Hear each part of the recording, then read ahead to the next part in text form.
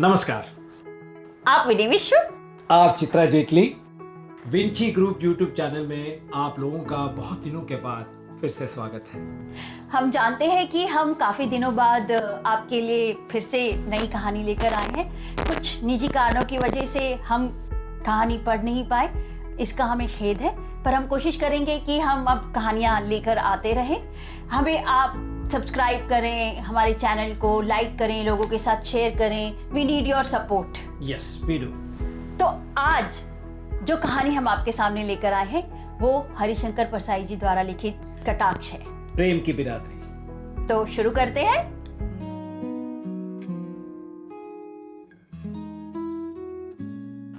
उनका सब कुछ पवित्र है। जाति में बाजे बजाकर शादी हुई थी। पत्नी ने 7 जन्मों में किसी दूसरे पुरुष को नहीं देखा। उन्होंने अपनी लड़के लड़की की शादी सदा मंडप में ही की। लड़की के लिए दहेज दिया और लड़के के लिए लिया। एक लड़का खुद पसंद किया और उसे लड़की का पति बना दिया। एक लड़की खुद पसंद की और उसे लड़के की पत्नी बना दिया। सब कुछ उनका पवित्र है।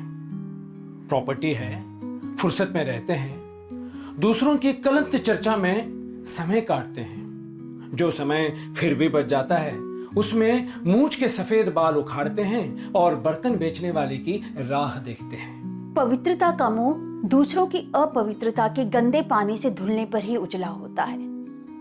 वे हमेशा दूसरों की अपवित्रता का पानी लोटे में ही लिए रहते हैं। मिलते ही अपवित्रता का मुंह धोकर उसे उजला कर लेते हैं। वे पिछले दिनों 2 लड़कियों के भागने, 3 स्त्रियों के गर्भपात, 4 की गैर बिरादरी में शादी और 2 पतिव्रताओं के प्रेम प्रसंग बता चुके हैं। अभी उस दिन दांत खोदते आए। भोजन के बाद कलंत चर्चा का चूर्ण फांकना जरूरी होता है। हाजमा अच्छा होता है। उन्होंने चूर्ण फांकना शुरू कर दिया। आपने सुना, अमुक साहब की लड़की अमुक लड़के के साथ भाग गई और दोनों ने इलाहाबाद में शादी कर ली। कैसा बुरा जमाना आ गया है। मैं जानता हूं कि वे बुरे जमाने आने में दुखी नहीं, सुखी हैं। जितना बुरा जमाना आएगा वे उतने ही सुखी होंगे। तब वे ये महसूस करके और कहकर गर्व अनुभव करेंगे कि इतने बुरे जमाने में भी हम अच्छे के अच्छे हैं। कुछ लोग बड़े चतुर होते हैं। वे सामूहिक पतन में भी निजी गौरव का मुद्दा निकाल लेते हैं और अपने पतन को समूह का पतन कहकर बरी हो जाते हैं। मैंने अपनी दुष्ट आदत के मुताबिक कहा, इसमें परेशान होने की क्या बात है। अपने देश में अच्छी शादियां लड़की भगा कर ही हुई है। कृष्ण ने रुक्मिणी का हरण किया था और अर्जुन ने कृष्ण की बहन सुभद्रा का। इसमें कृष्ण की रजामंदी थी। भाई अगर कोऑपरेट कर ले तो लड़की भगाने में आसानी होती है। वे नहीं जानते थे कि मैं पुराण उनके मुंह पर मारूंगा। संभल कर बोले, भगवान कृष्ण की बात अलग है। मैंने कहा, हां अलग तो है। भगवान अगर औरत भगाए तो बात भजन में आ जाती।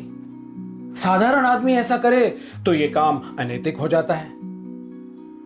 जिस लड़की की चर्चा आप कर रहे हैं वो अपनी मर्जी से घर से निकल गई और मर्जी से शादी कर ली। इसमें क्या हो गया।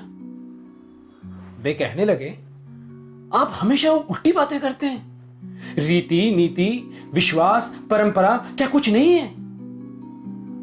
आप जानते हैं लड़का लड़की अलग जाति के हैं। मैंने पूछा, मनुष्य जाति के तो हैं। वे बोले, हां मनुष्य होने में क्या शक है। मैंने कहा, तो कम से कम मनुष्य जाति में तो शादी हुई। अपने यहां तो मनुष्य जाति के बाहर भी महान मनुष्यों ने शादी की है, जैसे भीम ने हिडिंबा से। ये घटनाएं बढ़ती जा रही है। क्या कारण है कि लड़के लड़की को घर से भागकर शादी करनी पड़ती है।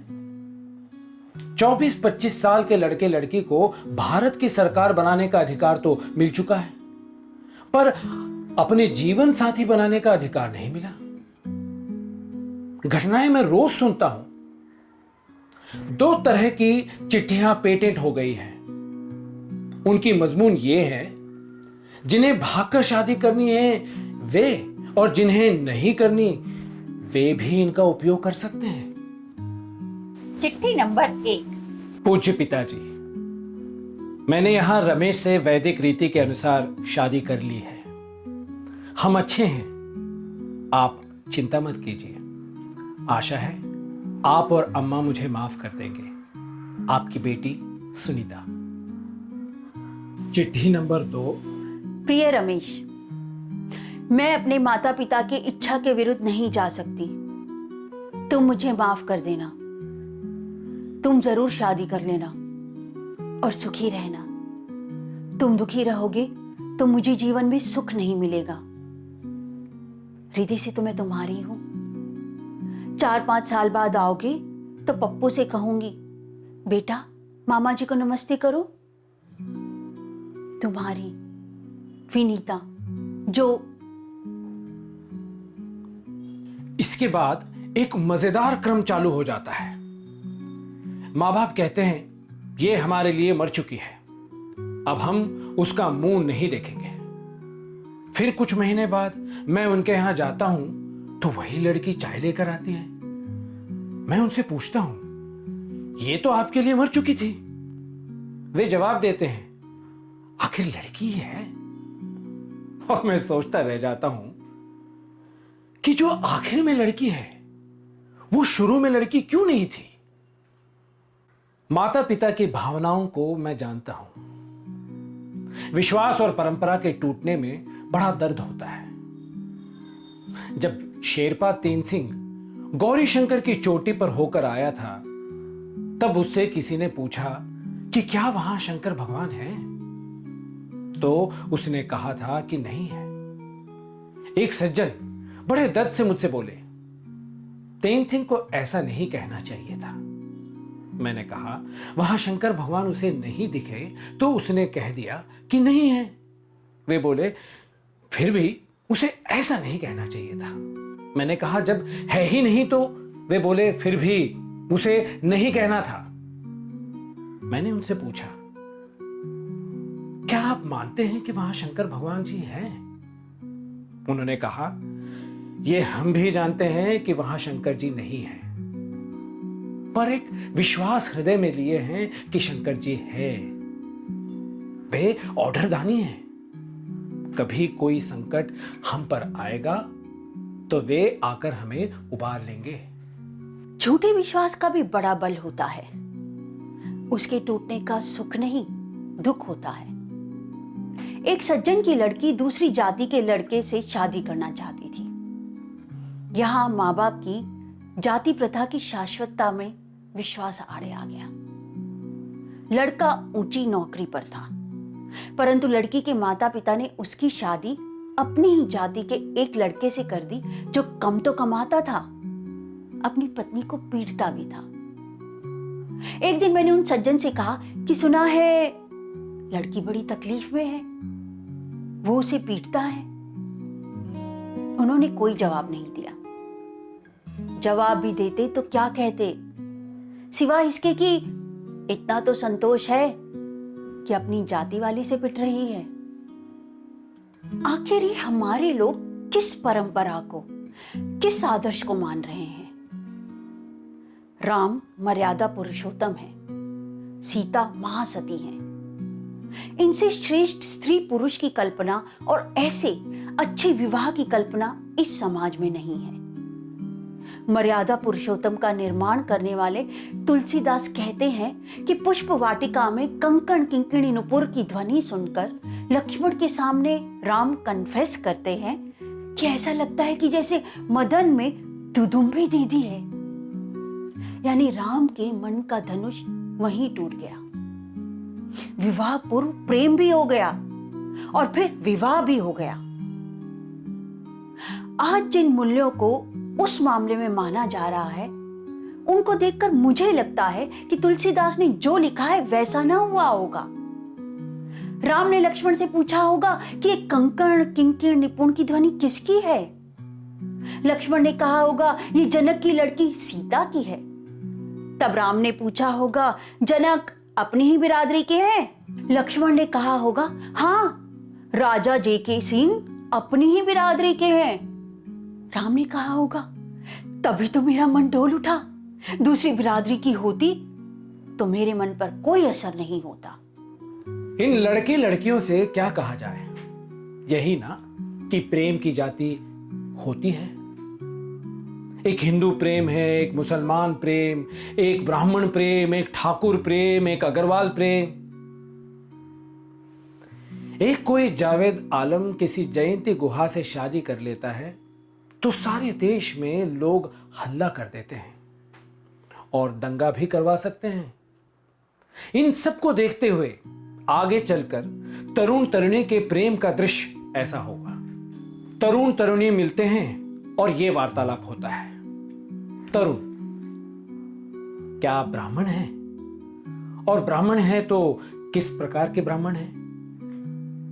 तरुणी, क्यों, क्या बात है? तरुण, कुछ नहीं, जरा आपसे प्रेम करने का इरादा था।